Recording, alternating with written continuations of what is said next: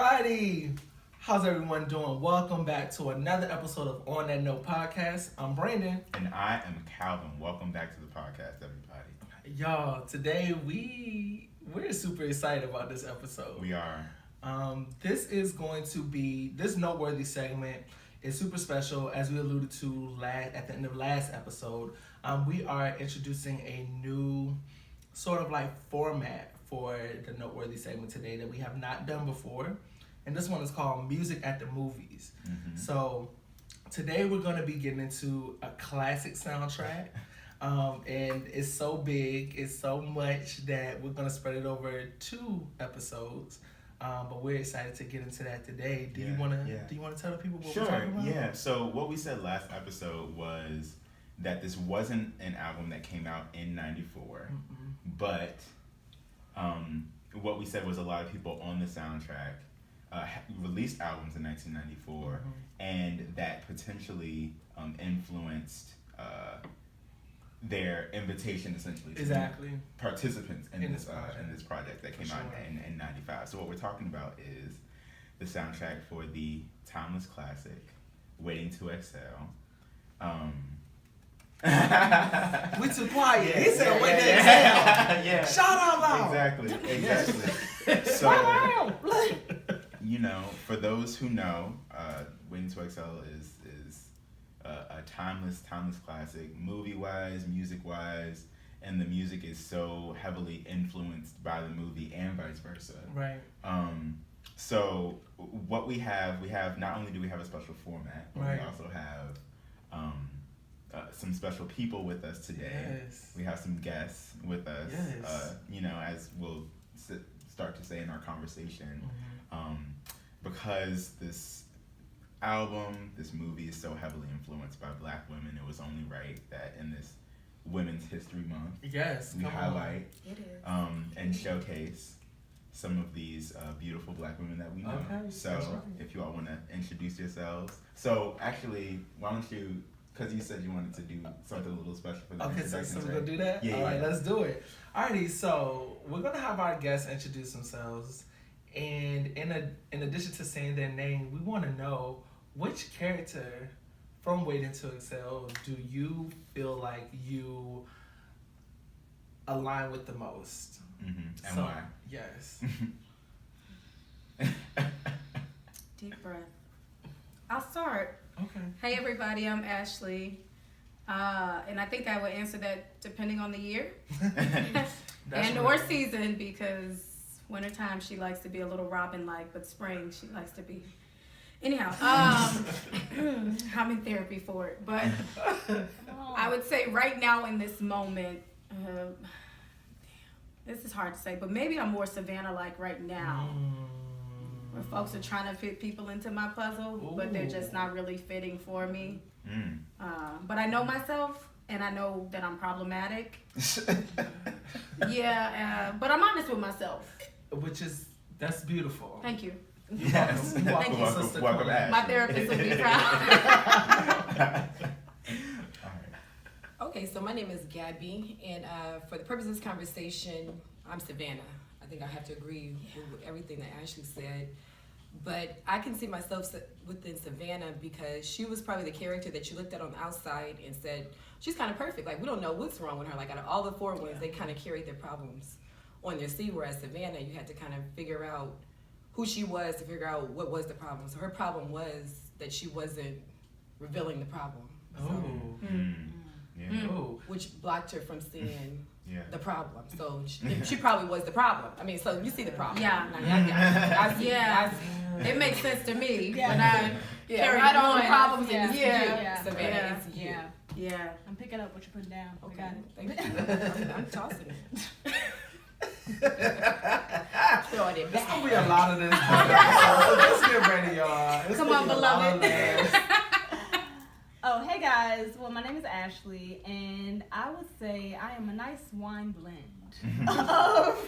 This one. I would say I am Savannah and definitely Gloria right now.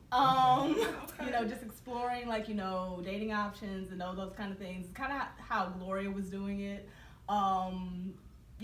So I'll say I'm a blend of Gloria and Savannah. And Savannah's the same age as I am, which freaked me the fuck out. Yeah, I know. They look so old to They me. do. Except Robin though. Except Robin, she Yeah, was right Rob- and tight. That is true. But They it was always right and wore tight. adult clothes. Like they never That's wore it. That's anything true. that wasn't what we What? considered to be That's adult true. clothing. And I wear a Exactly. lot of things that are Yes. for children. Yes. And I have to stop. And maybe I look old. Like I will not stop. yeah, I think They was in the club with Stop business suits on. like they It would was not the stop 90s. being grown. Like they did not put down the grown. Right. They had loose curls and Right. everything. Maybe. I'm not. They had I French saw- rolls. I'm not at that point like, for a loose curl. I saw a lot of Katos and Peebles. And remember the girl Period. when she wanted to get 7'5'9". new, she had her clothes. Yeah. She wanted to Yeah. get new clothes. Yeah. So do- Or church Yeah. fits. Yeah. Did you want to do this as well? Yeah. Let's do it. Let's do it. What man? So- Are you? What type of cheater? Oh, Mm. no. Wow. Wow. We're not So gonna make I it. was I've never felt so attacked. Which one of y'all was Troy? Right. Now who Who is throwing Troy? oranges at windows? Oh, who Michael Beach? Jesus, he So was trash in the 90s. I was gonna identify as one of the main characters and be confident in that. Cause I can do that. You sound like Troy right now. To be any of the I don't know. All of those movies were trash. Like yeah, it's different level. Like I mean, you might could be Wesley Snipes or Gregory. right. Hines. Right. Oh yeah, Gregory. No. I'm what's his name? What's the son name? Oh no, he was trash. I'm talking- No, he called his daddy a faggot. We not claiming Oh, that. That's what No. No, he said Queer. queer. No, He he said said my queer daddy a first. faggot. Queer first, But and then then Gloria caught him, though. threw But the also F the word. dad that wasn't Yeah. around. Like there could have been all kind of things that are worse than Yeah. that. I think worse being the fact that you weren't around. Like Right. anything else I call Yeah. you on the list, you were absentee. Right. Yeah. So- Right. Mm. So Guess he didn't really call him that. what I will say is I feel like I identify most with Savannah, like it seems like most of the people in this room do. But the reason why that is because I think that she was the one of the group that, like, she had like just a different type of, I think, mindset to a lot of things. I think that she was independent in a lot of ways, kind of to her detriment, but more than anything, like, she was kind of, she did things for her. Like, Savannah, at the end of the day, like, yeah, she got caught up with that married man and she was doing all that shit, but at the end of the day, like, even in the beginning of the movie, the fact that it starts out with her, you know, being tired of the trash men that she was with, so she just moved to another city. You know, like, Right. I think that there was something about Savannah that was just very, like, Savannah was looking out for Savannah, and she realized she had to do that because if she didn't do that, she would have gotten caught up in a lot of ways. You know, She's So- very self-aware. And yeah, in a way that it took a lot of the other main cast to the whole movie Yeah. to become For more sure. self-aware. exactly. Yeah, Like, she kind of started there, and it's kind of like, well, sis, but you knew better. But right, you won't exactly, know better. right. So, with that being said, I do always feel like a tinge of Savannah in my spirit. Yeah, Yeah. But But but I will also Dot, say dot, that, dot. like, I have a healthy dose of Robin. yeah. for But see, sure. here's the, and this is, For sure. but Like, Living your truth. okay, well, yeah. Say why, and then I'm gonna say my thoughts on that. okay. Yeah. Okay, so I'll say, I think that I identify with Robin a lot because it's kind of a. She was besides Savannah, she was probably the second most self-aware because she would get caught up in these situations with these men, but she also knew that, like, okay, I'm not gonna get that from this one. Like, Leon's character, like, I want him to be all these things, and I've given him the opportunity to be these things, but he's not gonna be that. So let me get from these men what I want, what I need for the here and now. And then, you know what I'm saying, even when she took the chance to try out, you know, the new guy that was, like, very different from anything Michael. she's ever done with. Michael. You know what I'm saying? Right? Like, then he still ended up being Yeah. trash. Right. So it was just kind of like, but at the end of the day, she still found a way to, like, maintain her voice and her perspective and, like, okay, you know what? Like, I become hardened in some ways, and I want to Right. like change that, but I'm not gonna like try to change that on a nigga that I know ain't gonna ever change. Right. You know what I'm saying? Yeah. And that's why I Right. felt like I appreciated her journey, and I definitely feel that deep in my Shonda. Yeah. So the reason why I was gonna give you Robin, even if you didn't give yourself Robin, was I think that Shade. no, honestly, I feel like Savannah and Robin are two different sides of the same coin. Oh, for sure. They both ended up with in the same situation, you know, like dealing with a married man and things of that nature. But I think that Robin, throughout the course of the movie, maybe not at the end, but throughout the course of the story, had a little bit more hopefulness than Savannah had. Yeah. Like I think that For sure. between you and I, you're a little bit more of like the hopeless romantic, and whereas I don't think that I'm jaded, but I do think that there's like a realism that I have kind of established within myself, which is not which you know, that's one of the good things about Robin is that Right. like she was constantly, even with her situation with Michael and everything, she was just like, you know, one of those people that kind of loves love and like was willing to try what it took to get there. So yeah. And it's funny because Robin is also the only one that was really able to give Savannah advice. Right. Out of Yeah, all the- Yeah. right, that's fair. Yeah. And I think too that they're all like the evolution of different types That's of women. exactly it. Yeah. So like when you look Yeah. at what type of stage of development you're at in your life, then you're gonna probably be a That's it. Robin, Gloria, depending on where you're at. And so like there's not Sure. a woman,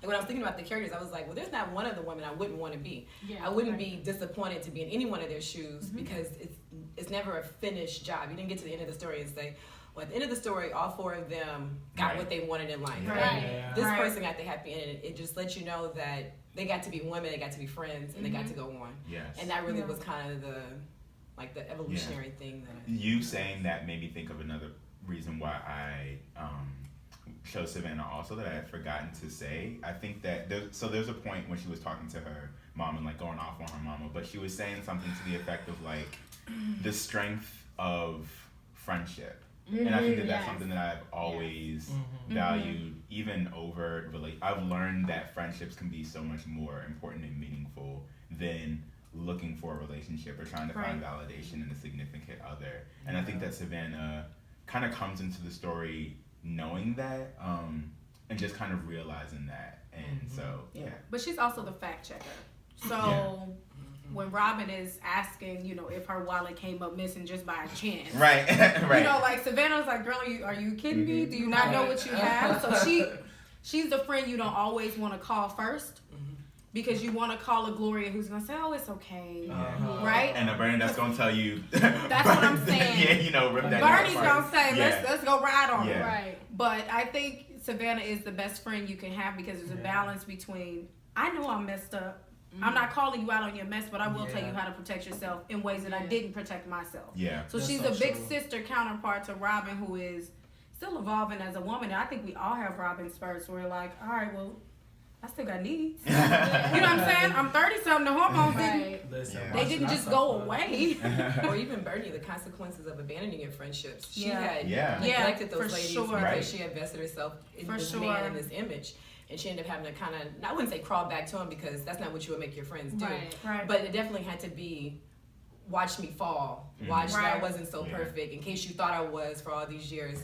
And then help me build myself back up. And I think Yeah. that Bernie, she's always has like the liner, she's burning down, you know, she's setting fires. Yeah. Yeah. She's getting the guy at the end of the movie, but in between there, she really could have caught a couple of STDs. Like she was wild in a couple of Yeah. cases. Yeah. I think she ended the movie wilding though because everybody that they loved, like these were not free men in every kind of way. Nobody in the Yeah. movie loved a free man. Well, except Yeah. for Gloria. Gloria, Well, I mean, he was kind of to some degree, Gregory wasn't even free to some degree. So if you think about it, Gregory's still healing. From his- yeah. The first thing he brought up was his wife who is now deceased. And I'm not saying that that's a sign of something bad. Right. I imagine death of a spouse takes a long time to get over if you ever get over it, right? But I think that there's something about being free and ready to love. I think Gloria's example made him free and ready to love, but I think otherwise he might not have been ready. And the type of love that I want, the type of love I want from my friends is not one that requires coercion or one that requires convincing. Yeah. I want it to be easy. You know what I mean? I don't want you to have to struggle to have this thing The same way Gloria was struggling with Tariq's dad, right? Yeah. She was willing to sacrifice whatever it was because clearly he was just lying because he didn't want her. She gained weight, right? No, he was gay. No, Yeah, no, right, no, you're right. no, I think, no, he was gay. I think he No, was gay. no, Dating it's you fine, lie it's and fine. say that you're gay, you're gay. Like you're And not. that's You're it. not gonna do No, that. you just You're not gay. gonna say that you're gay because I gained weight. Like you have. And that's it. No, you're not But gonna do instead that. of her accepting his truth, she was willing to blame it on herself Yeah. and say, "No, you clearly couldn't be gay because you're just not gay. However, it's because I've gained weight." So everything was about her insecurity, and let her say it first before you get a chance to. And that's also was the 90s women that they had to figure out a way to appropriately talk about what was in our community, that conversation about these down low men.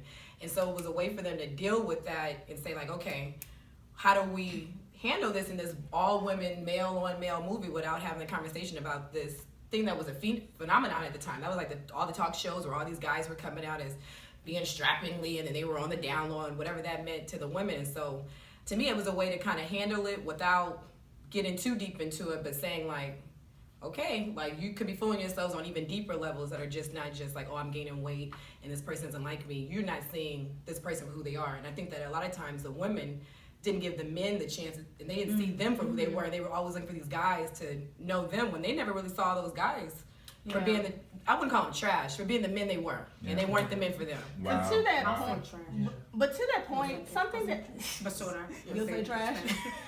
But to that point, something that I found very interesting in the film was you actually had two black male queer characters in it.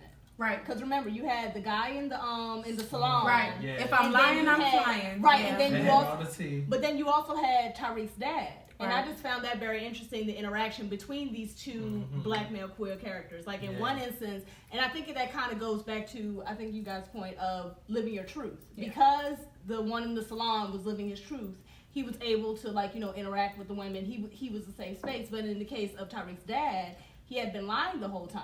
So it was kind of like that kind of like rejection thing. And I thought that was very interesting in me revisiting the movie. It was like, now I'm looking at, okay, how many black women do you have in the movie? How many queer characters do you have in the movie? Right. How many, looking at those kind of things. I was like, oh snap, there were actually two of them. So, Right. Oh, yeah. Yeah. So Yeah. I'm glad that you said that because I think that brings, if we're thinking about the engineer behind Waiting to Excel, Terry McMillan, that was kind of some amazing personal foreshadowing. Right. yeah. Um, Or maybe She knew. she was typing in the bed with her hand. I mean, she was like, I think. So that's like Sorry. that's interesting, especially for a book because this book came out in '92. So for those of you at home who maybe didn't know, Waiting to Excel did not just spring up out of didn't. someone's film imagination. It Right. started off as a book. So I know that I personally haven't read the book, but I was wondering, has anybody ever read it, or do you have any strong memories from it?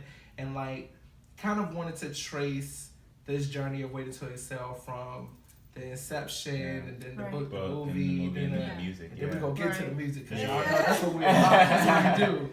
So yeah. So I snuck and read it.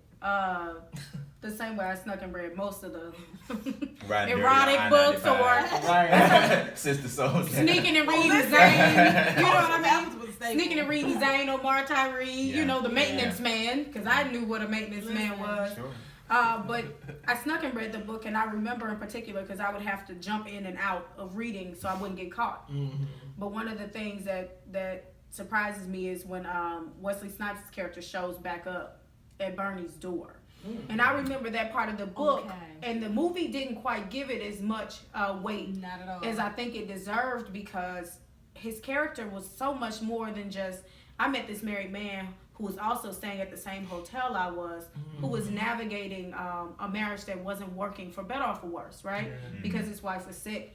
The movie didn't quite give his character enough justice because he was much more complicated than what we had time to really give it. And that the ending of the movie we can talk about at another time because it was just okay. So now everybody goes off and watches fireworks. Oh, that's great. Shit just pans out, and it seldom does. But I don't know that we'll ever get a part 2. I don't know that we're worthy of a part 2. But I do think the book captured some important scenes that we didn't necessarily wrestle with enough. Okay. And that's Yeah. what I was mainly wondering. But I mean, even when you say though, like they end the movie with looking at fireworks. Yeah. It makes me think about, well, they were watching fireworks because it was New Year's. Right. Oh, the movie started going. That's New right. Year's It was Eve. like, that's right. It's a full year. So it was like It's a full full circle. year. It was Yeah. completely It's full good, circle. like, great book ending. Yeah. For sure. Yeah. So I think with that, like maybe let's transition and talk about the movie. And let's talk about a little bit of the kind of like the infrastructure around the movie first, right? Like we've already delved into some of the plot lines and things like that, but you had some like pretty heavy hitters like working on this film, Yeah. but they also weren't necessarily proven, right? Not like yet. so, for instance, Terry McMillan, who wrote the book, also wrote the screenplay. I don't know. I ain't read her whole resume, but I don't think she had written a screenplay before this. Probably She hasn't. She actually wrote what I found interesting. I think it was like Disappearing Acts and like another book before Waiting to Exhale came out. So she had Mama. Yeah, it was Mama. But then it was like a whole bunch of other books that she wrote before Waiting Such to a good book, Exhale, too. and then it just like started from there. So you had like. From Waiting to Exhale, you had How Stella Got Her Groove Back. Then you had what was the other film? Disappearing Acts. Disappearing Acts. With Sanaa Sanaa Wesley Snipes. Snipes. I mean, there's some That things introduced to me Terry's to work And with. Angela Bassett was in How Stella Got Her Groove. Right, she Back. was. That's some what things. Like- that's what happens Whoopi in the Goldberg. film industry Yes, when you have I'm sorry. directors have their favorite not gonna let actors, them- and Yeah. screenplay writers have their Being in the favorite group, people right. that they like to work with. So it's just like you have. Yeah. It's this the Tyler situation. Perry effect before there was a No, Tyler. really? No, because Tyler, That's if what there's really one thing he happened. does well, he puts people on and he gives them continuous work. Yeah. And I always give him his flowers on that. The rest Right. is trash. But I think he does create some black economic power. And I think Terry McMillan, quite frankly, we don't give her enough credit for this as being so the pioneer Yeah. of keeping people sure. on, putting them on, but putting them in good shit. Yeah. And that's the Yeah. difference. Yeah. Yeah. Don't just write Absolutely. something somebody can star in. Gabby, I love you. I'm just gonna throw you in as the male person on this movie. That's not appropriate. But I think what Terry did was said, I'm gonna give y'all meaningful, complicated Yes. Yeah. roles, Yeah. For and you there's to something sink that your every teeth into. woman can pull from. This movie taught us, I think, a lot about being women when our mothers didn't talk to us Oh, about yes. being Yeah. women Oh, yes. and Yeah. what that means. Yeah. You know, for those of us who did or did not get a sex talk, we didn't talk about sex in my house. Yeah. You know, it was Yeah. just don't do it. So it's so interesting that you say that because, and Brandon and I were talking about this, just how we can remember, and I think pretty much anyone could identify this. The soundtrack, right, Yes. was on repeat. Like my Yeah. mother had a cassette tape that she played over Yes. and over and over and over again, and I think that this was very much this movie. This soundtrack was the theme for Black women, like mid '90s. You know, when all of us were Yeah. kind of coming up, and in the same way, like us kind of finding or realizing our mother's experiences through the music, through Yeah. the movie, you know, maybe when they weren't talking to us, you know, just like the idea of that because I mean, my mother later on would go through a very Bernie type situation. Yes, you know what I'm God. saying? But Yeah. not, you know, she Yes, won't God. have nobody's car. It is but trash. yeah, exactly. I think Right. for It will a lot never of our happen mothers, again. a Yeah. lot of our mothers had to end up being Bernies. You Right. know. Yes. And so it's just so interesting that you say that because and then also the fact that the entire soundtrack, the entire movie, right? Uh-huh. Exactly. All Black women, essentially. You know, Yeah. and most of who Yeah. is what makes the music in the movie what it is the Black women that are part of it, and the fact that they are so heavily forward. You know, they're centered, right? Absolutely. Exactly. I mean, so I think with that, so I'm gonna pull us back a little bit Yeah. because I feel like we sprinted toward that music conversation, Yeah. which we gonna have. But I think like you just said some things that made me like think about some of the other infrastructure things. Yeah. So we're thinking about, this is, and I'm gonna tie it to what you said too. Yeah. So this is a project that was heavily centered around Black women, and Black women were the architect. But you definitely see like the strategic inclusion of certain men, right? Yeah. For sure. So you have Forrest Whitaker, that's the director of the movie, Mm-hmm. and this was his first like feature film that he directed. So you Yeah. imagine like this is Terry Millen's first book that she's turned into a movie. Babyface's This- first soundtrack. Yeah, you know what I Yeah. mean? Like you have like these people that Whitney Houston these are a lot of first. firsts Right. Like that you are really and so it's interesting you said that because you said Whitney Houston's first. And so while she was in The Bodyguard first, I think this was the film role that showed that she could be an actress. Yeah. Because The Bodyguard, you're playing a singer. Yeah. So And it's she like, played herself. Right, you Yeah. know what I mean? Literally, so it's because it kinda wasn't like, very good acting even as a singer. I think that was the Right. that was ultimately the I'll see by the plot lines Yeah, of like, Whitney it Houston would be video. like- Yeah. It was like they called up sing a thing. Okay, Queen of the right. Night might as well have been just like a quick excerpt, like all of it. I have nothing. Like you just might as well just drop it into the But movie. you know what though? That's also the difference between a black woman acting Right, in a story and written about black women. Yes, and for right. black That's women. exactly what I was gonna say because Right. I think that The Bodyguard, unfortunately, was Kevin Costner's movie. Oh, Like that was absolutely. very well. I mean, Yeah. it's called The Bodyguard, so Quite obviously- literally. But it right. So it is. So it's right, but it's just like she Exactly. was, even though she was the star, even though she was the singer, like she very much took the back seat. Whereas Savannah she's the voice of the movie. She's for she's sure. like Yeah. she's like. So in movies and storytelling, like a lot of times you have a character that reflects the audience or like what the audience wants Yeah. to say or what the audience is thinking, and the way that she gives advice and the way that she carries herself is very much. I think that she was meant to be the voice of the group, sure. you know. So If it's the just boy like, choose Whitney Houston and be the driving force behind the movie, all the other ladies were Act- actors. That's right, right. exactly, They were real Right. yeah. actors. And so Right. to put the character in the Right. really put the movie in the hands of Savannah, in the hands of Whitney Right. Houston, is Right. to say like, okay, here's a lot thrown at you, but the women around her, no one can really remember Savannah's best thing that she did in the movie. She just did a good job of maintaining a character role. Yeah. But we all can remember different acting things. The Oh, for conversation sure. that Robin had over the balcony with Right. another actor Yeah. throwing oranges at her. Yeah. The conversation, I mean, the yeah, it was Have really a a fruit bowl, Bernie's have a fruit monologue. bowl, like Bernie's this. monologue in the Right. house. Yeah. Bernie's monologue. Savannah's best acting was having a conversation with her mother, and I think that every black woman can relate to having a Oh my conversation gosh, with your yeah. mother.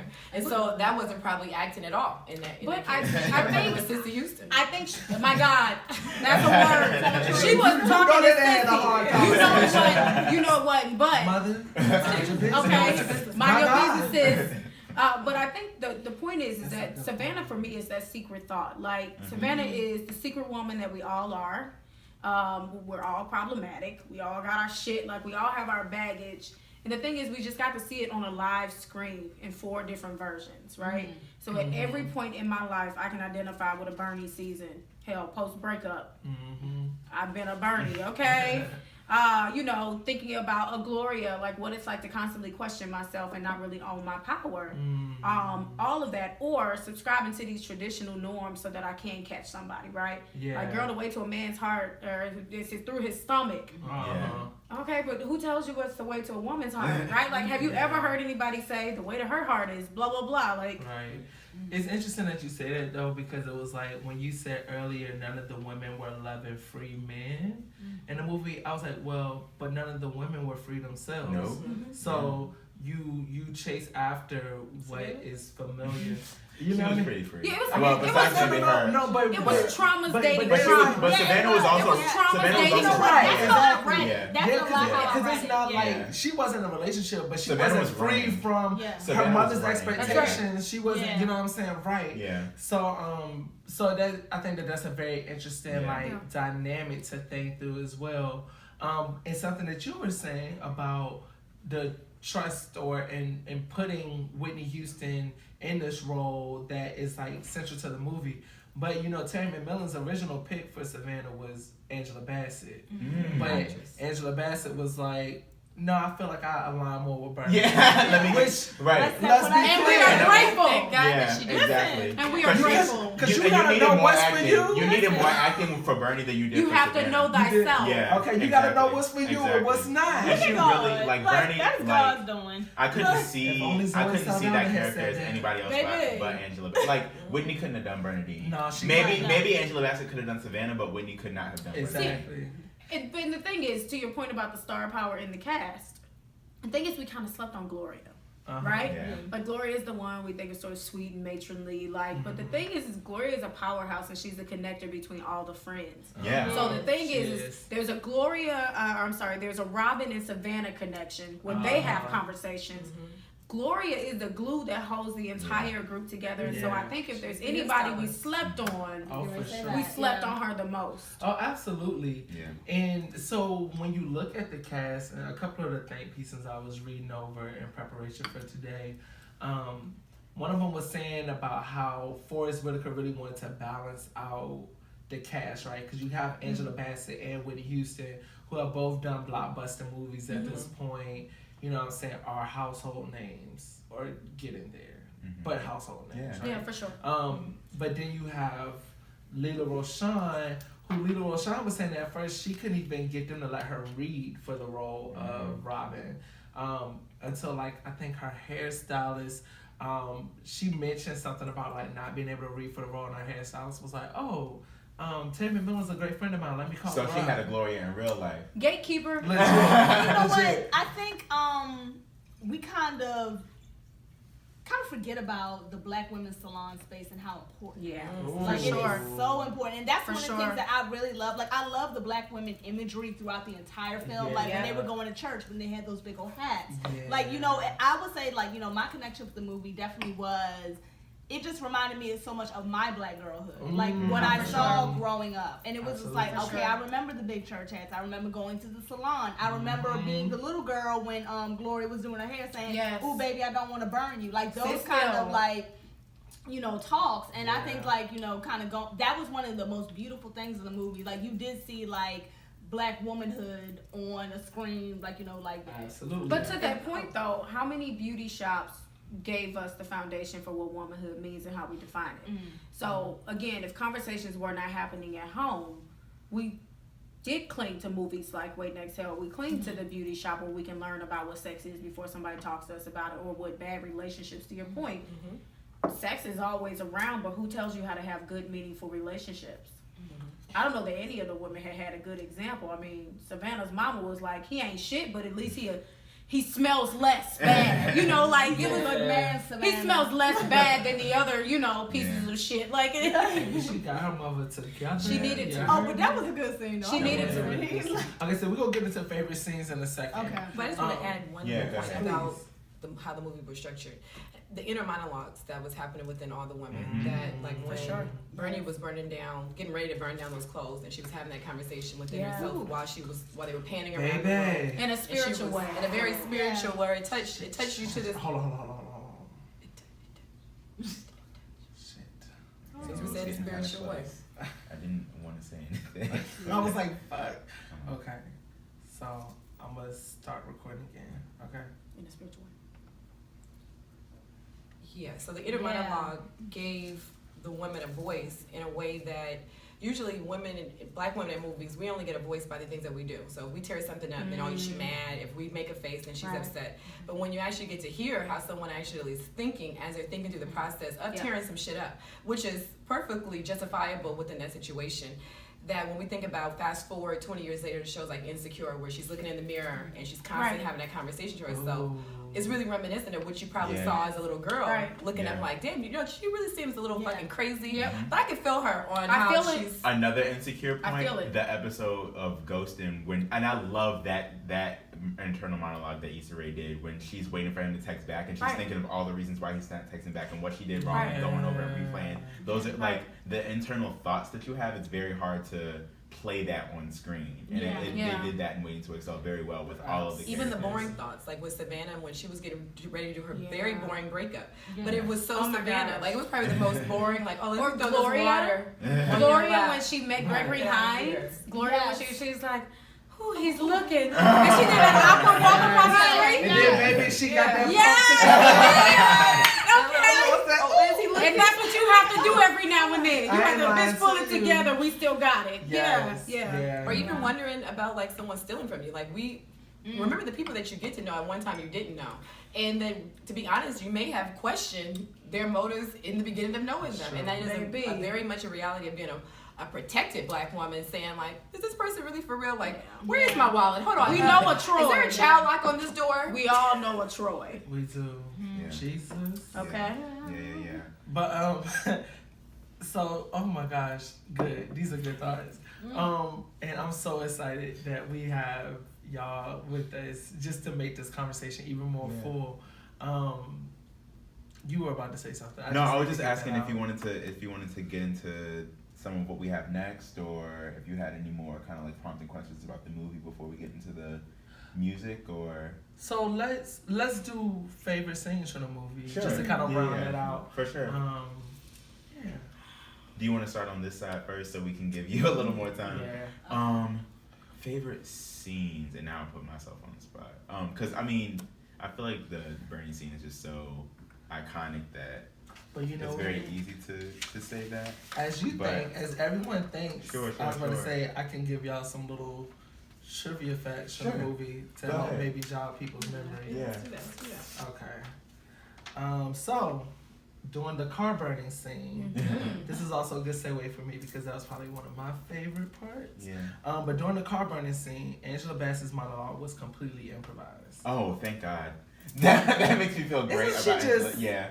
She's an actress. It Yeah. is trash She was is. not written. Because that is prophetic. That's prophetic. It is And- trash. and But no Mama one went to said Yale before. though. That's why. That's true. We sleep on her. Like on no, her Mama pedigree. is like she's an an actress. She's an Yeah. actress. Yeah. She's an actress. She's a yeah. That changes professional. everything. Come to play. Yeah. Mhm. Yeah. Okay, y'all ready for trivia fact number 2? Sure. Yes. Okay, so guess who also auditioned for the role of Robin? Robin Can you Givens. Robin Givens was one of them. Okay, we have one more But name. at the time, Not like Halle. Halle Berry, like every black woman That's wanted to Halle be Berry, that's the family. other name. Yeah. Shut up, Okay. everybody was You There we know go. that I Oh, that would've auditioned been for so the role as different. well. No Yeah. one, It would have no been one saw my altogether tape. different. Just say that. And that was where Forrest Whitaker said he already had Whitney Houston and Angela Bassett. So He wanted to balance it out. yeah. Because I don't know that Loretta Devine had done many feature films. Right. Mm, I mean, she yeah. was in Dreamgirls, Okay. but Right. yeah. But that as was far as given movies, yeah. Broadway tease. Yeah. Like Right. No, exactly. And it's hard a lot of times for Broadway. Something made me actors to think of cross Down over in the into Delta. movies. That was just, Lord have mercy. I want to fight. Bless Go you. get- Bless you. I'm so sorry. But Forrest Whitaker was the unanimous first choice of the film's producers and songwriters. That's awesome. Music That's director. interesting. That's good It to hear. is. Let's see what else is good. So we got a couple of reunions with the cast in different films later on. Okay, do y'all remember where Angela Bassett and Forrest Whitaker showed up together again? Is that Stella? It's before Black Panther, right? Yeah. Now, that was actually where they pointed out Black Panther. I don't know. Really? Yeah. Interesting. I was gonna say because Forrest Whitaker, after he got his directing on, he stopped playing the dweeb because he was always Yeah. playing the guy that was trying to get the girl and always in the basket. He got a director job. He's like, I'm not playing that Yeah. role. So But he you know did it what? with Angela Bassett. Cool. Speaking of typecasting, Yes. let's I get will into it. say, in mind, looking at not just that, Michael Beach. Ooh. Yeah. Remember, this Yeah. was his first Yeah. start as the ain't shit black, dude or And whatever. then that really continued. And it has, because you know what? It's not even continued just in film. It also continued in television. My mom was a nurse, ER. So he played a nurse's husband that actually gave her HIV. No, I do remember that. Yes. now. So he has Michael been Beach. typecast as the ancient nigga. For However, like comma, years. However, let's talk about him in the newest movie, If Beale Street Could Talk. I haven't seen that yet. Oh, Okay. oh yeah, he was Because good. because Yeah. it's a redemption story for him. I think it breaks his. years. Okay. Right. Okay. Sure. Yeah. Yeah. It He breaks. was the You're daddy, right. The I'm family's sorry. talking Yeah, about he was the boy. He was his daddy, Fonny's daddy, Yeah. and I think it breaks that sort of role because I can't unsee Michael Beach as But you know what? as an ain't shit dude. I can't. Unsee him Won in that Lemon in the Aquaman. summertime. I Because think he was also in Aquaman, and you know what? This may be the redemption year for Michael Beach. Like I'm here And for we can it. say on that no podcast. I'm here for it. Yes. Okay. Listen. Right. Yeah. We making them pieces hit. I think love I have it. a favorite scene now. Okay. So I Yeah, can Go for okay, it. go for it. So Yeah, I that was think, the time. and this just goes back to the whole Savannah Robin connection when they are, and it's subtle, you know. It's a scene that they maybe could have left out, but I think it was very important for the story. Mhm. The conversation that Savannah has with Robin when they're sitting at the pool or wherever it is that they are. yes. Because that's when you Yeah. realize that they're essentially, you know, kindred spirits. You Right. know, like they're talking about both of their situations, and Right. Robin is talking about her. And honestly, you know, Savannah could have had a very similar story. You know, like the married man that she was, you know, she could have had a baby by the Allstate man. You know, like, because I only saw a conversation about a condom once, and that was at the very beginning of the movie. We're not gonna tell his name. He's another one ain't shit. But But woo Lord between that voice. I would say that scene. You know, of course. I mean, I want to say the Bernie scene, but I know that that's a fan thing. So that would probably be the scene that I would pick next. I mean, let's just exclude that scene. Like no one. Right, exactly. We done already gave it some mention, some shine. I know she did that. So let's see. My favorite scene. And we can popcorn it if somebody has already thought of one. I have one. Okay. Go ahead. So when Bernie and Gloria are on the Ferris wheel. Oh. That's a really important scene in the movie Yes. because it qualifies that women have needs, and I think people forget that sex is also involving women. Like it's just we often center it around men's needs, and quite frankly, I think the movie to some degree centers it around. It makes it very clear, Right. that sex is centered around men's. Because needs. every time they finish, sex is finished. Well, is finished. first of all, Whether they it's a man finished or- before the women right, ever exactly, got started, exactly, right? seriously. True. Yeah. Except Leon, who may or may not have been pretty good. Okay, so let's leave it at that. But I think it's the most honest scene because Bernie admits to one sleeping with a married man, and she is like, you know, it was like watching paint dry, and that's an important part of my life. Because it gave me the context in which to describe things that were very lackluster. I still use that daily, right? Yeah. But I think Gloria's comment about if we did half the shit that men do, you know, it'd be captured in all these really big ways. I think that's something really important. It's a changing point in the movie. You see Bernadine shows up differently for the rest of the movie. She's gotten her hair cut at this point. She's unapologetic about being hurt. And I think that's the first step to her healing. Is by saying, I'm mad as hell, I've done some things, I even slept with somebody I don't want to show up, you know, sleep with. And when he showed up at her house, she talked about the care of her children and how that was a violation. He showed up at my house. You know, that freaked me out, I think she says. And so I think that's an important scene that covers and unpacks so much that we don't really give credit for because we're so stuck on Bernie just being mad. And that's okay. Like, I think that let's give credit for it, but we don't talk about the fact that Bernie says a whole lot in that scene when they're sitting at that derby or it's like a state fair or something. She says a lot throughout that whole amusement park visit. So that's my I like it. I think like when Bernie had that conversation with her husband and she was really detailing like, because you're white bitch. But it was just you could have heard her say that in the silence of your mind and you could have seen how that looked. Right. And the spit that flew out when she rounded the corner of bitch. Exactly. Yeah. So it wasn't like necessarily a scene as more of a moment in a mood that the invisible nemesis within all these ladies' lives that they didn't ignore within the movie, even though they kept it black, kept it cute, is to not ignore that white people do get on your nerves at some points, and they are in your way to progress. You know, especially white women. And that was such a huge thing in this movie. You know, like the fear of losing their men, you know, our whether men, it's their significant other or their son. Or their son, right? Exactly. It was like an epidemic going on. It like was their men, but it was homes. also their look. So if you notice, Bernie goes from having this long, silky, flowy hair to this textured, cute, more natural cut. And so I think there's sort of this aesthetic of whiteness, this alignment with white supremacy throughout the whole beginning of the movie. But that we're was talking actually about, her but hair. not talking about. Yeah. Right. And that was the conversation that man. Gloria had with her when she was cutting it off. It was like, you made the hair a symbol for your man. But this is your hair, girl. But You it sure you belongs want to to do you. this to yourself? It belongs So to when she you. was cutting her off, she was hesitant. We do know, like, within our black community, we do have a hair thing and, like, don't cut it, don't ever do nothing to it. Never cut But I it. think there also is a conversation, if you aren't going to cut it, don't cut it for him. Like when you are ready to do it, do And it so, for you. That's why I think Gloria got it wrong. Because I never thought that Bernie was cutting her hair for him. Yeah. Well, It was always about her. Now, whether she said it or not that it was about him, somebody who's been growing their hair that long and attached so much to their hair. I Black think it women was a don't just release. cut their Yeah. hair when they've been, you know, sort of socialized to keep long I think that hair. was a release for She her. cut that hair for her. She was violently But- cutting that hair. She Right. was grabbing scissors out That's of what hair. I'm saying. Shut up. I mean, but like. and I can see why. I think if Gloria didn't ask the questions, it wouldn't have been true Oh, to yeah, her right. character. I'm glad she did ask. And I think that it was a question worth asking too, though, because still, Agreed. you know, you have seen Bernadine do these other things. I don't think she go around setting cars on fire every day, but you know what I'm saying? Like she did this, you know, as a very visceral response. She just smoked to cigarettes. the situation. Yeah. She Right. created a cigarette habit Like, on that day. everybody smoked cigarettes in They that smoked movie. a lot of And the- cigarettes and in that restaurants. movie. Shot. Yeah, I said, And did the it world not- was a different place. But did it not make you want a Benson and Hedge menthol low key? Like, let's just be honest There about are it. subliminal I messages thought in there. that's right. I wanted a If you want to be a cigarette so grown damn bad woman, you during better that have a movie. cigarette in your mouth to Yeah. tell somebody Because off. grown Not even a women couple. have sex.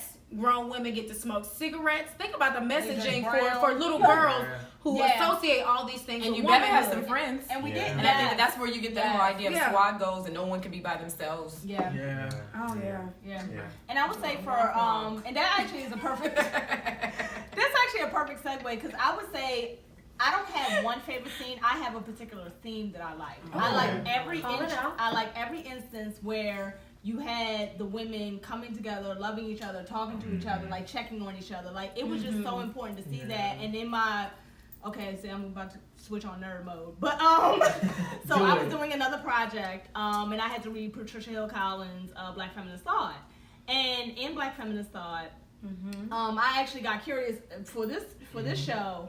Was what did she say about Waiting to Exhale? And she really talked about how it was important to see that image of Black women loving each other, liking each other, like, you know, being like okay with each other versus like, you know, other images that may have gone on. So I read that part first before I watched the movie. So when I watched the movie, you know, earlier, I really kind of saw that. So that's like, so again, I don't have a favorite scene, but I have a favorite theme. No, But I think that comes out when Yeah. Savannah sits at that table during that first sort of opening scene. She sits at that table and all the women go. That, Yeah. You know what I mean? Right. It does sort of, you know, But it combat that balances out, narrative. but it balances Yeah. out It at the does. same time. Yeah. So There was interesting. jealousy too. I love it. Yeah. Ooh. Like there was an Yeah, there was an dance with me unwritten all night. non-compete clause of like, okay, today's her night. She's at the club. She's having a ball. That's right. Any other time, someone would look at that and say, "Oh, she was trying to outdo her friends. She was Yeah. stunting on them. Yeah. They were Doing the throwing most. shade at her. They were gossiping about her." Yeah. And the gossiping was a healthy part of growth. And I think that people are unrealistic if they don't think that people talk about them. Yeah. You Right. better Very hope much that so. someone else is thinking about you. And I'm not saying throwing dirt in your name, but a part of like someone like, you see what this girl did? Right. Yeah. And really coming up with viable solutions to how we should Right. handle Bernie, Yeah. and all that, and Robin, for whatever, like, Yeah. whatever. Exactly. But I would say Yeah. just kind of add one other aspect. One of the beauties of this film is that it shows Black women on a spectrum. Right. It Yes. does not show us Yeah. as For one sure. particular thing. For like, sure. So in our talks of like, you know, looking at forms of sisterhood and like, you know, another form of Black women, like you saw that spectrum. And I think it's I actually reminded me of my grandmother when she used to watch like Love and Hip Hop. She was like, I don't know why they sit at the table with the fancy dresses, splash drinks all in their faces. Like, I don't know why. But in thinking of that, like that's kind of oversaturation of what we have now. That's- We I- don't yeah. really have like that These whole thing of diverse representations. these diverse representations. Yeah. Or So I thought that positive was, representations. Because all we have now is shit like Love and Hip Hop, But where it's Black Black women drag are or any focused. representation. But Because, to I mean, that we do point, have- though, what our issue is not that we don't have representation. it's oversaturation. Our issue is that we don't like to see ourselves in those people. There's a separation happening where, I don't throw drinks. And yeah, I'm not tossing good liquor I paid good money for. That's not my MO. But these women are complicated enough, and we need to figure out a way to still be able to relate to them, minus this classist bullshit of, that's ghetto, Yeah. right? Because, Yeah. and I'm not saying that's what you're saying Right, at yeah. all, Calvin, but I think a lot of women who want to separate themselves or not see themselves in these characters who love, who get cheated on, who Right. feel hopeless, who feel despair. There's got to be something that we as women can connect with these women that we perceive as ghetto, as less than, as uneducated. It's problematic that women like to just call them out and act like we haven't also been there. and then use Been a them Chloe, to have fun. been a, Right. yeah, You put on ghetto to have fun when you go out at night. You That's put what on I'm twerk saying. to have fun, but then in the daytime, You put on your bamboo earrings Yeah. and you get to apply the And then hood you- culture. Like, Exactly. no. Yeah. But you know Yeah. what? That kind of goes to the point of again seeing us on a spectrum. Right. We That's are exactly we it. are every Yeah. I hate to use a Whitney reference, but we are every I'm every woman. woman, yeah. Yeah, it's all Yeah. in me, and I think that's very important. and again, that's one of the things I really do miss about the 90s. Whitney version or the Shaka one? Because that's important. Both. With Shaka Khan?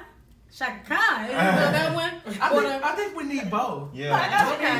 Because they both give you something different. They both give you something. Acapella. She does. Yeah, she does, and that sets it off. But That sets it off. Yeah, like if you didn't know, but you better know. I think to your point, Ashley, unfortunately, all of them. with the women on those shows, like Love and Hip Hop, like Bad Girls Club, like all that other stuff, they aren't even shown as complicated. So it's like they're all essentially burning car scene all the time. You know, Robin. they don't. Yeah, or Robin. You know, you don't see them at the stage Sort of fair very talking to their linear. glory, right? Yeah. And that's by consequence of the writing. So I mean, like, fuck Mona Scott for that. You know, like Twice. because it's like. We still saw him.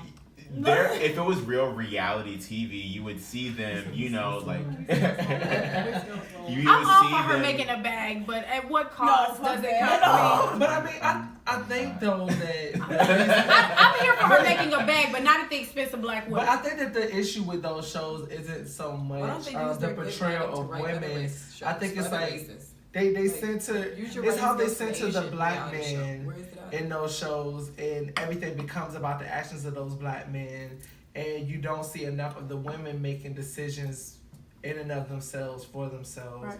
Whereas, like, you know, if it were a movie, you probably would get to some resolve. You would probably see that there's like an arc of these characters. But for a TV show, in order to prolong the show, a show like that's built on rah, then you kind of have to sustain those narratives. But if you look at some of those women, who they showed up as when they first were on, came on the screen to who they are now, you've seen evolution in some of them, and even how they behave. Like even one person that's very popular because of that show, Jocelyn Hernandez. There's been an evolution of who she was when she came on the scene to who she is now. She realized And she also in was the wigs. exploited for a And very it's important that we discuss really quickly before jumping back to the movie. In the wigs have evolved. If you look at the first season of Housewives of Atlanta, y'all know our hair is a thing. So if you look at Nene's old mop top to what Nene is giving us now, she was one of my and she clients. does give us Donald Trump blind. That's so you know. She really gave me my start. that's how desperate it works. I'm done. They were pressed for hairstyles and I auditioned and they hired me.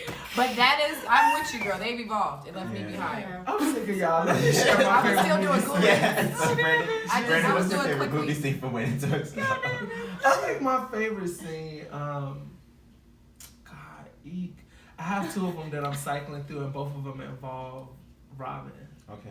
I'm gonna just give the quick mini too. Yeah. Okay, so first scene is her when she's with Michael, like when they're like, you know, she's so like this dude. Trying to make it work. Right. So I think that the fact that she was able to have that dialogue with herself, even after he was quick as I don't know what, you know what I'm saying, and all this other stuff, I feel like the fact that she was still like, well, let me think about this. Like, this man offers these things. And in that moment, he seemed to be genuinely, like, okay, a good guy. He just doesn't look like what we normally do. There was an undertone that And she that's- was playing too. She That was, but I think she would got with him have been because he was willing. big I think she would have and been willing to love him, though. And I think you see that in the fact that she's like, she lets him kiss her. Is it love? You know what I'm That's what makes you a Robin and me and Savannah. I guess because you have that like in the midst of all of that shit. I think that you have this hopefulness. she had sex with him. You know, you have this like, well, you He know, is like one of many is introductions this. to fuckboyism. He is one. Well, I mean, he's the but- nice He is. fuckboy. But He's But, the nice but in fuckboy. that moment, she people didn't introduce you. realize that. And it wasn't, and I don't think that she needed to, because she had to learn it's not about the men, it's about my perspective and approach to fucking with these men. You know what I'm saying? Yeah. Like, she had to become smarter, and I think that Michael was the type of fuck dude that she hadn't encountered before, who had the potential to be good and to be different. I think he had the potential. In that scene, in that He moment, did. she had every reason to believe that he was. Like, this is gonna be believing what she different. was I think doing. Michael Yeah. showed that Now- he had the most game out of all the men in the movie. Like, But he you- did but the you- he played out of all, who got played the most the way he played her. But I mean, like, hindsight is 2020, that's and like it was on a that real night ninja in game. that scene, Yeah, I know exactly you what have you're a saying. point. Right. Yeah. That night, If you know she I'm couldn't married, see then you that. get what you got. If you know I got a girl, then you get what you got. But he pretending like I'm the straight and narrow, I'm the good guy. And he's the worst I have kind. the regular But looks. you're not gonna know that if you don't watch the movie past that scene. You see what I'm saying? So it's like You wouldn't know so that by you- how so selfish you he was think in his about- sexual endeavors. Girl, I mean, but he didn't look like he had much to offer anyway. You know. But did y'all see the condom in that scene? Did y'all see him throw what Yes, looks I like did. the condom out? So if you watch it very, very I do closely, remember that. when he's like I did. ripping the The wrapper wrong off way. of the condom, she's like, you need help? Sexy And then he nigga. throws something Yeah. that does not look like the wrapper because he's already peeled it off. Yeah, he throws the whole condom away. what looks like a condom. That was probably just bad film editing. No, it probably was just trying to show that he was the most dangerous of all the characters because he's the guy that you would least expect, the one that you I probably don't know. wouldn't. I'm not gonna call him the most dangerous out of all the characters. I actually think Dennis Haysbert was, but that's a whole Bernie's, other husband? the married guy Savannah's, that was after Savannah. What's your I he think was the favorite most. I think he and Michael the, share the number 1 and 2 disgusting. spots. But thank you for giving me back. My other scene was just when Robin told off Leon. Okay. Finally, Yeah. like I It just. was a long time coming. I think but He you seemed like he almost never need had that his shirt scene on with in that Michael in show. order to get to that scene with her and Leon too, Yeah. because And you needed that scene with Troy. with Troy. baby, when she threw that orange in He was his ass, violating. Like, oh my God, he was so But he disrespectful started in that scene. violating, which means that the Troy could've been conversation the best around too. boundaries is not a conversation that women get to have.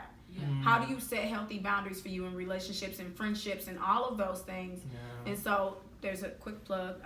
There's a book called Boundaries in Dating. I think we should all read it. I don't know if it's that great now or not, but I know that it snatches your edges out and helps you to get your life together.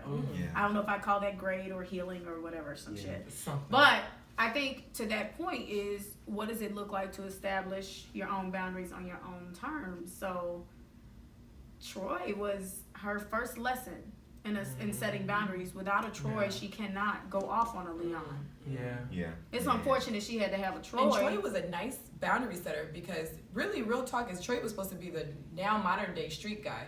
Yeah. 20 years later, that situation wouldn't have been throwing oranges. You would have had your windows broken Yeah. out. Yeah. I mean, men don't act the same way. You would have been caught all kind of bees, and Yeah. maybe your More than information that. on Yeah, Instagram too, exactly. because you did sleep with him. Leaking so nudes. yeah, leaking news. There would That's have been a lot true. of more game plan that For the sure. men would have been more dangerous than they are now. Were 20 years ago.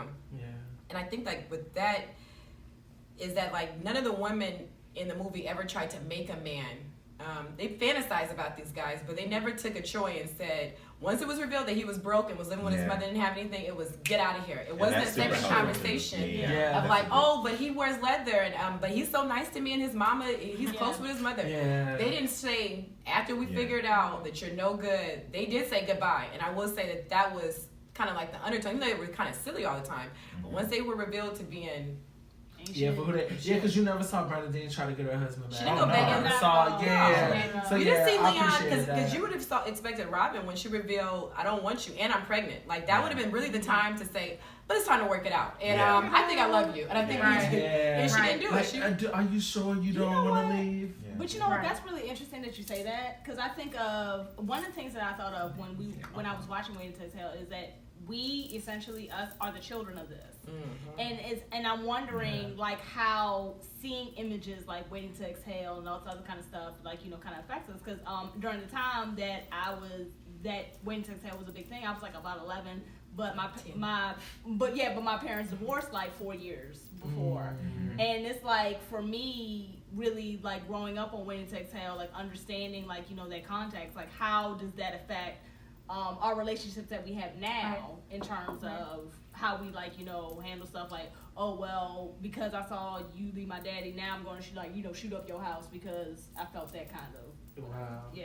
So that's interesting because it brings us to a great place to segue. It kind of ties something that you said earlier, just about like being a male child and like kind of observing. And I was the oldest, so just observing like how my mom interacted with Waiting to Exhale. Like I remember like when the movie came out, her and like I think some of her friends like all went to the theater to go see it.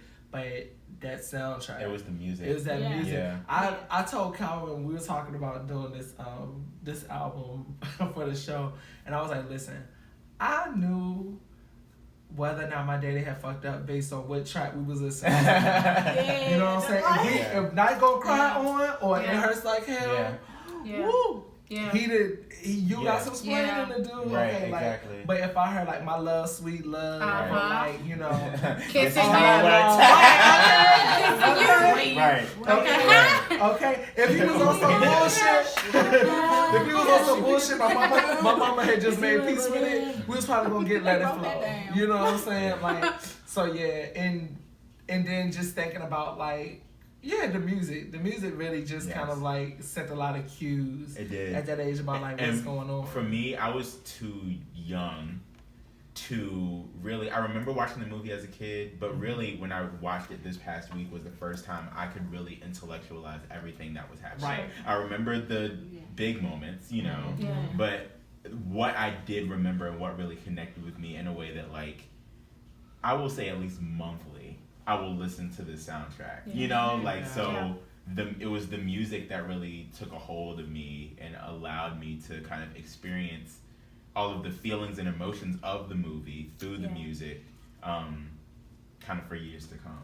Absolutely. And also Yeah. how explicitly it was about the movie. There's not a lot of times that people can sing "I was your lover and your secretary," Right. Yeah. and that That's really right. is a line in the song. Right. Yeah. Like that, Yeah. people are really singing "I was your lover." Right. Like you know, you was nobody's lover and Exactly. secretary, girl. Right. Like cut. But that is how Yeah. revealing I was it was. not, but I felt like You one felt like you before. were, and you And felt all like, of 11. and it Right. it Yeah. has a deeper meaning. That's but right. the song was just Absolutely. like Yeah. it was really That's so a true. narrative of Yeah. what exactly Exactly. happened in the movie. Yeah. And you Yeah. still felt like it happened to you at 10, and that's Yeah. how it Right. And, was like, and they came did out. it so Yeah. well because they incorporated the music, you know, by way of like the disc jockey that they have, kind of introducing songs here and now Yeah. in the film. Like it just Right. blends so well, and I mean, I think we're about to get into it now does. because like Yeah. the connection that Babyface had to the. I wonder what that process was like. You know. I'm glad you said that. Perfect segue. Yeah. So I was reading an article from the New York Times like in November '95, when the movie and soundtrack came out, and Babyface was saying like the title of the article was like movie score like write songs based on the actual scenes, and it was like something like that. Yeah. But it was kind of like a call out to his process. So before anything had been done for the movie, like shooting or anything like that, Forrest Whitaker called upon Babyface for this project. He was like, I know, that's the one. And then Babyface wrote every song.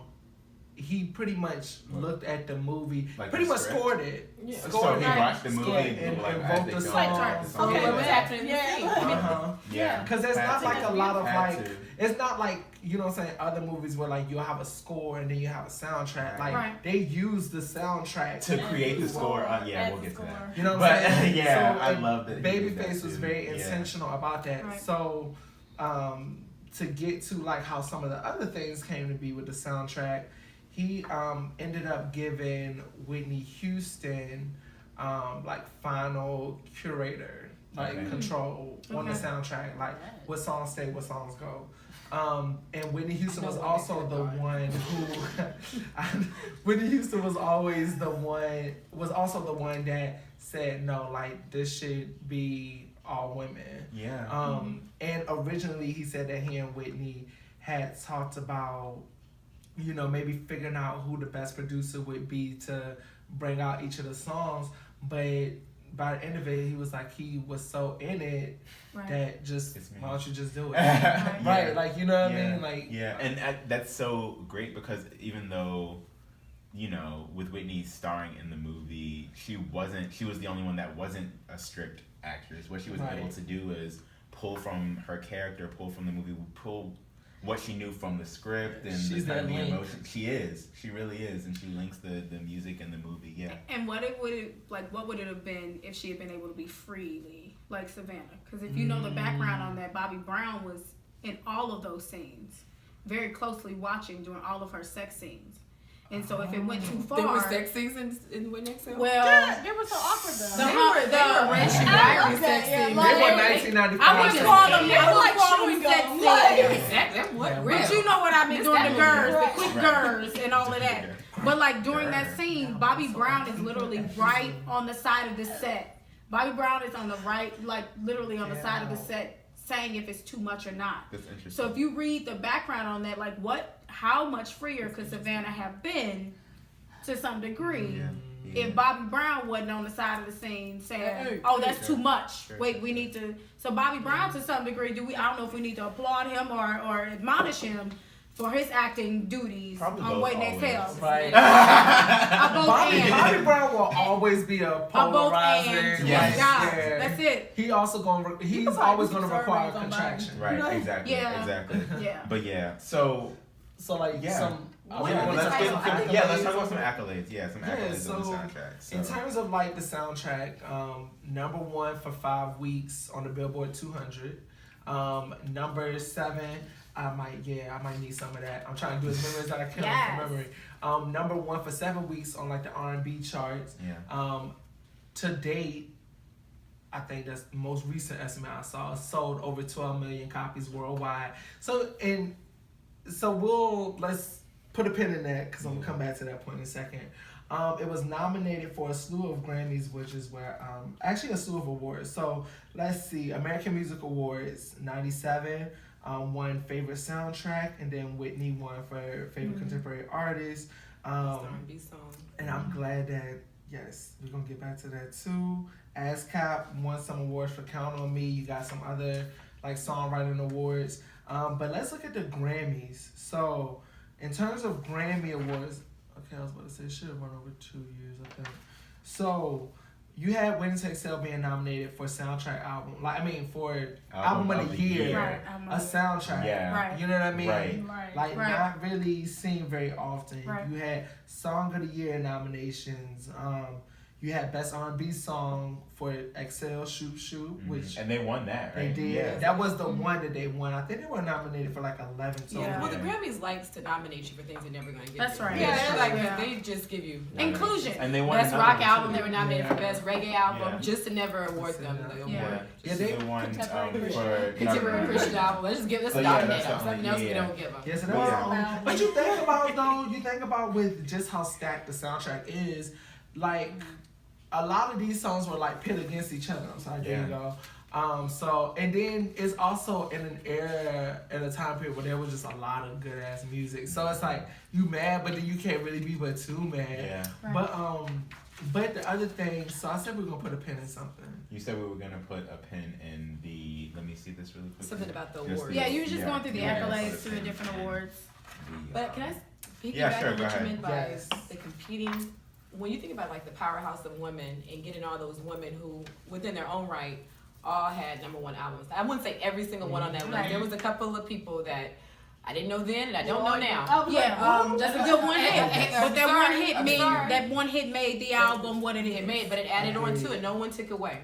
Yeah. And so when you think about Babyface having enough wherewithal to embrace women of all generations by Right. picking Yes. Brandy For sure. to even be a part of that sitting up in my room. And when you think Yes. about the girls who were watching that, that's where the age group we were in, Yes, was the sitting up in our yeah. room Yeah. age group of like kind of having crushes on guys and really setting ourselves up for Yeah. the trail of tears that we would have in the future, Oh. And- not really knowing Such symbolism. how to And he Oh, also wow, he that- also yeah, said that Babyface also said that something that he wanted to do was incorporate stellar star power, but then also some lesser known people like Right. the Shaunas and like the Right. For real. yeah, Yeah, for real for and real. all that other stuff. And he you didn't put have- in Queen yeah. Latifah on there. Like there was some strategic choices not to have a female rap song on the album. Yeah. The most rapping that you had on there was Lisa Left Eye Left Eye. Lopez, who wrote her own verse, and she's credited as one of the only Right. other co-writers on the Right. album because she's Yeah. a female that wrote her own Yeah. rap. Yeah, For the sure. rap that she did with Yeah. TLC, she wrote it. It was Right. hers. Yeah.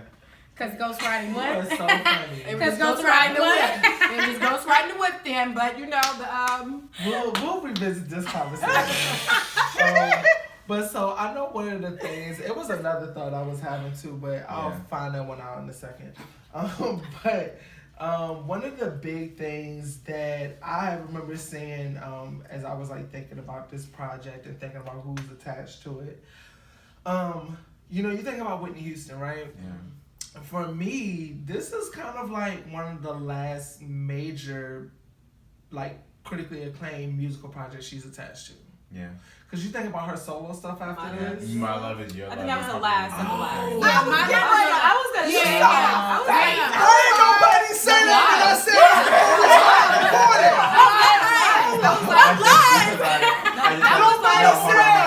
Everybody was fucking horrible. I never had to hear right, and I was like, well, you know, I'm always wrong I about think my ears. no. I mean, I don't think that you are wrong in saying it is one of the last. Yeah. It is definitely one of the last big parts, and even My Love Is Your Love. It was kind of a deterrent from what she was typically doing, you know. Right. So if you're talking about kind of like a strict R&B, She My Love Is Your Love was sacrificed very herself being in experimental. Win Next Hoe with Bobby Brown. Yeah. Those dead years of doing duet songs with Bobby. Yeah. Clearly Yeah. bad decisions, and they weren't well written. Yeah. These were not. I mean, like they Yeah. had one song that was kind of okay. Oh, We yeah. got It's something in common. Yeah, everybody knows That was that. on Vogue. That was A whole move. but it That was wasn't on a the hit. Preacher's Wife soundtrack, right? No. No.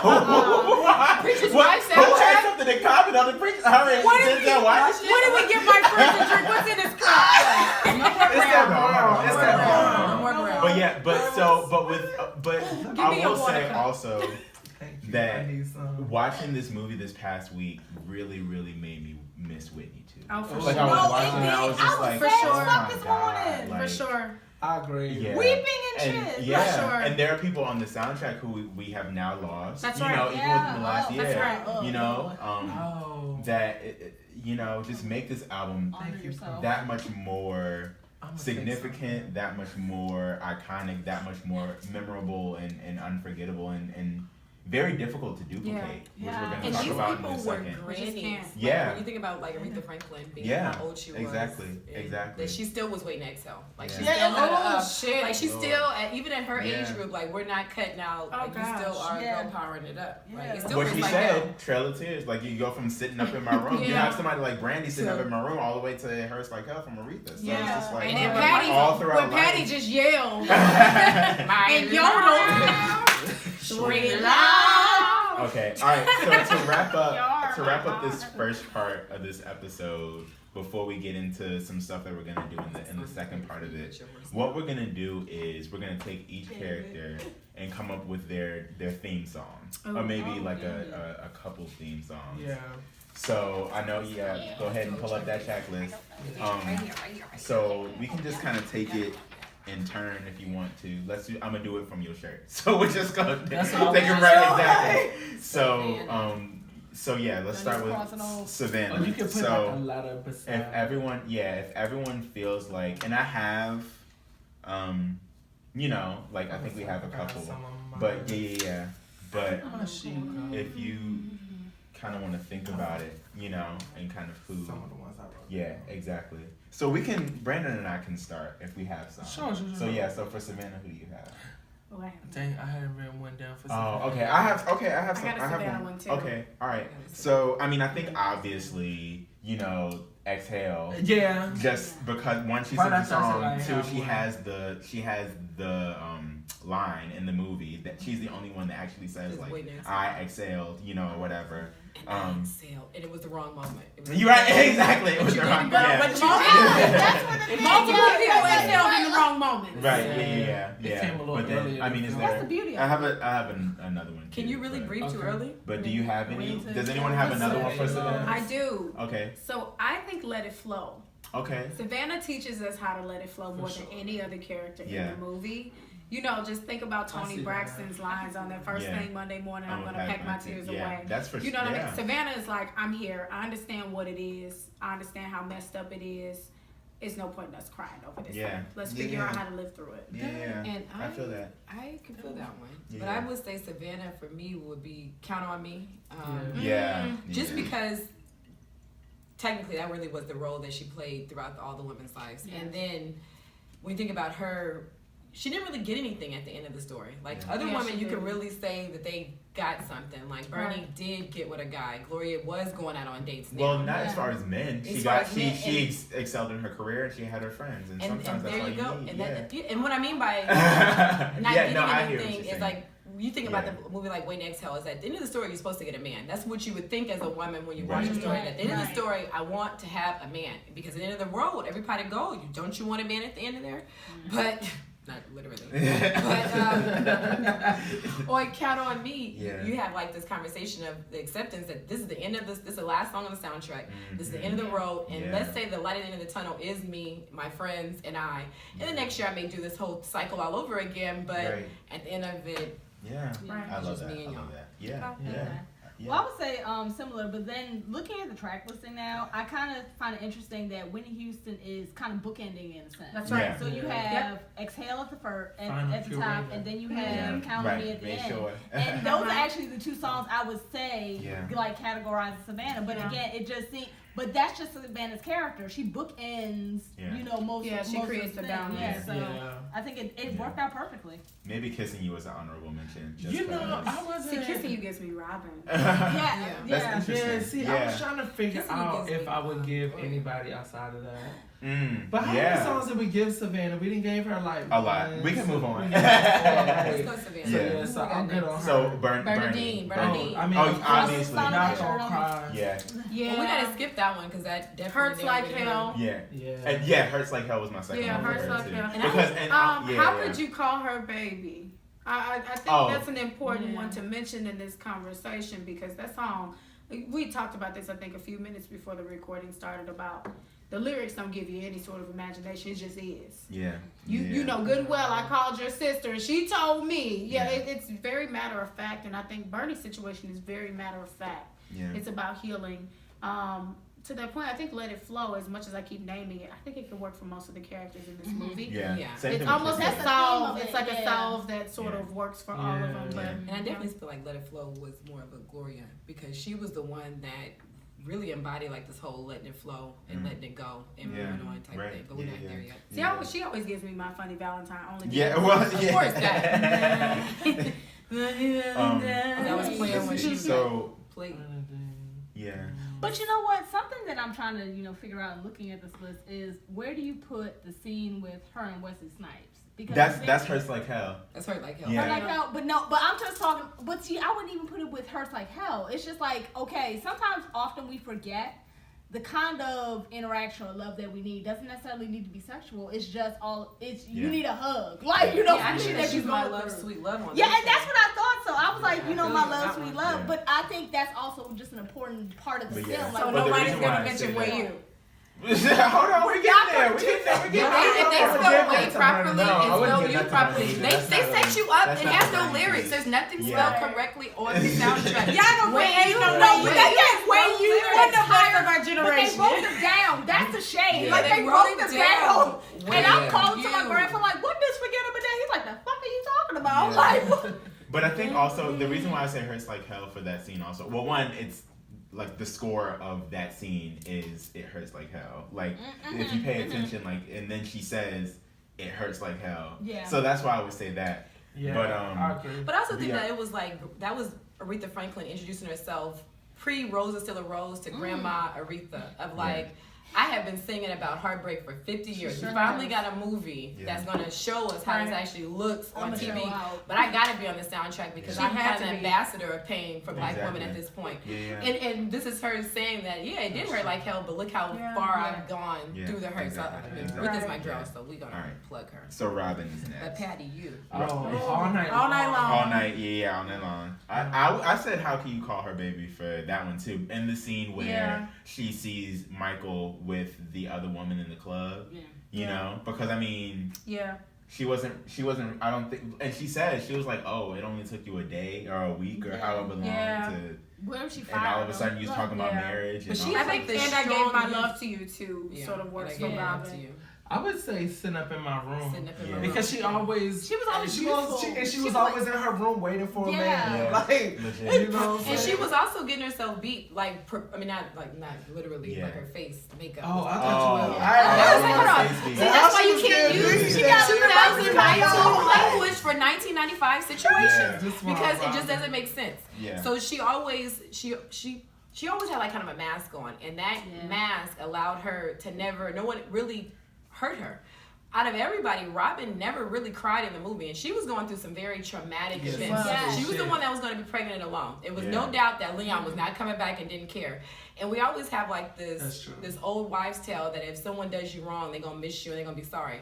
Well, what if they don't? Yeah. And I think that was the reality that she dealt with Leon of like, you may tell your own self that the person's missing you, but what if they're having their best life without Right, you? exactly. And you still have to go on and be That's okay. right. Yeah. And I think Yeah. that Robin really was low key, the strongest character and the youngest character in the Yeah. story. Yeah. Wow. It does make you a little Yeah. a little strong. a little more She resilient. had a lot to lose Yeah. Exactly. and everything to gain. Exactly. Yeah. So Gloria is the last one we have, and we kind of talked about a little bit. You said Gloria? My my Love. funny love house and my love sweet My love. Love, Sweet My Love. love. Yeah. Yeah, I said for love sure. will be waiting at home too. I see Oh, that. I could see Yeah, I that. can see that. So I would give Not Gonna Cry to Robin as well. Okay. Yeah. Oh, Yeah. she Oh, right. She Yeah. did yeah. cry. Like they said they Yeah. weren't gonna cry, but But she she She did. actually did. But she. did. Yeah. I think I'm gonna give Gloria a little bit of exhale as well. Yeah.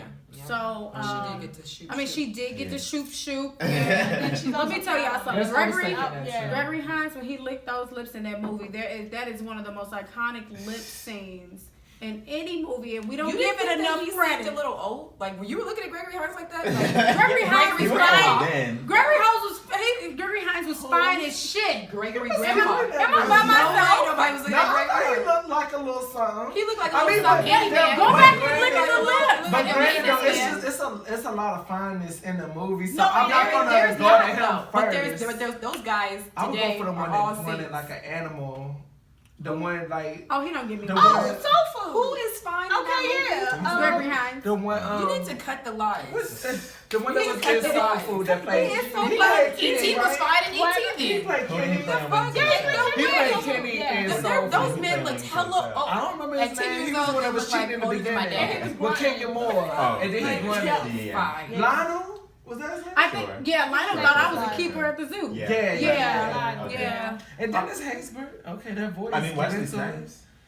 He never tickled my fancy. Yeah. He didn't Well, give I me mean, much. But quintessential. The finest character was the But, voice of the Allstate man. That was the only thing Sure. that was fine. That Sure, just had you sure, like, sure. oh. But I could still I live want for somebody Leon. that works on the radio when I get grown. She said the voice of the all. Right. But I still exactly. live for Leon though. Yeah. Oh. Yeah, yeah. There Oh, we go. that's like the There we go. undeniable Yeah. part of the movie. Yeah, but he had a little slick smirk, and he was playing in a little bit too many Temptations movies around Exactly. that time. It was too much He was too singing much going there. on Yeah. that I couldn't Too get much that out of my there. head. Yeah. And when he gonna bust out and sing to her Yeah. and beg for her to stay? I mean, he basically did though. He sang in So the like movie? one of the favorite scenes that like my ignorant favorite scene is like when she pulls out those like lady fingers and like her and the dog are sitting on the couch. She was like, and he was too fine. You know, like she's telling her story to this dog. And like I think that's a great scene because she's talking about exactly how handsome he was and how you can get lost in the fine. Yeah. And so that's an important conversation that we all need to be able to have. He fine, but he didn't have nothing else going Yeah. for I mean, she himself. thought that sex was going to solve the problem. So there is an undertone, and I think it really has reached its peak in 2019. Yeah, that for if you sure. throw some sex on someone, that's going to make everything. But- That's going to so change. There's Missy- some people that still Missy need to hear that Elliott. message. Yeah, But but it Missy didn't work for Elliott, her. She was I going was off listening sex to on her. "Don't Fail Me Now." And, Oh, yeah. yeah. Yeah. And Pussycat. And I was listening to it in the shower the other day, and I was like, "This is so problematic." Yeah. Even though I was But in that the was- shower that was jamming, like right? it. And it was like, Yeah, 'cause "I'm she gonna said- tell you how yeah. to keep your man, Yeah. keep him at home." But quite frankly, nothing's But gonna it was keep a Missy man that talking don't want to about be that. kept I at gotta home. turn this nigga out so he don't want Yeah. nobody else with me. Right. Missy lied from the moment that Yeah. she started And singing then that song. afterwards, Stop. if you Missy ain't listen turned to the nobody's track, mind out. I'm my okay. bestie, So let's Missy. cut it. I love her. Yeah. I'm not gonna say She that. wasn't turning She nobody's might know a out. thing or two, but after that, she talks about why she made the knows track. Wait, how to She cook talks about why she made the track. Yeah. She verbally justifies it, and it's problematic because she says, "I just Wrap it wanted up to give the so ladies something because the ladies have needs too, which I'm okay with." But she said, "But how to keep your men at home?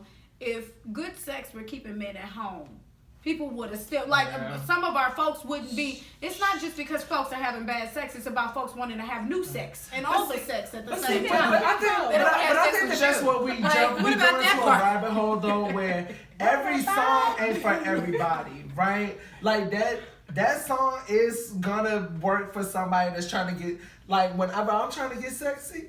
It might come on my playlist, so it works for me in that moment. It's it might work for you. But I think it becomes problematic if Missy is out there on a platform promoting that song as like, this is my sage wisdom for all young women, for all young sisters. You know, because you gotta touch. But Brandon, whether Missy does it or not, society has done it, and Missy just created a song that said it. So at the end of the day, we get taught from a very young age that there's a couple things. I think Cardi B said your stuff is on muchacha. Like, I don't even know what that means in Spanish, but I think it's bad. No. Like, I think it's dry. I don't know what it means, but it's like, you're not. Shut up. Shut up. You're on muchacha. I was like, hold on. But that's the second time that she gets Your pussy is horchata. I don't know Spanish. But I know she was saying that hers was gonna keep that man. I know that hers was winning. So to wrap up this part of the episode, to just bring it all back together. Please bring it back. So what we're gonna do is we're going to wrap up this first part of this episode. What we're gonna do next time is we're gonna go track by track. So we're gonna go track by track by track, talk about each of these songs, what these songs maybe mean to each of us, the sound of the song, the lyrics, maybe some that don't have any lyrics. But we're gonna get to that in the next episode. Until then, see you all. Do you have any closing remarks? I guess what we should do, as we typically do at the end of episodes. Yes. Write us a note at gmail.com. Oh, yes. You can follow us on our social media platforms. On YouTube, we have a channel, On That Note Podcast. You look it up. It says our names on there. Boom, that's the right one. Yeah. You can also find us on Facebook at OTN Podcast and on Instagram at OTN_podcast. Alrighty. Yeah, we will see you all next time. All right.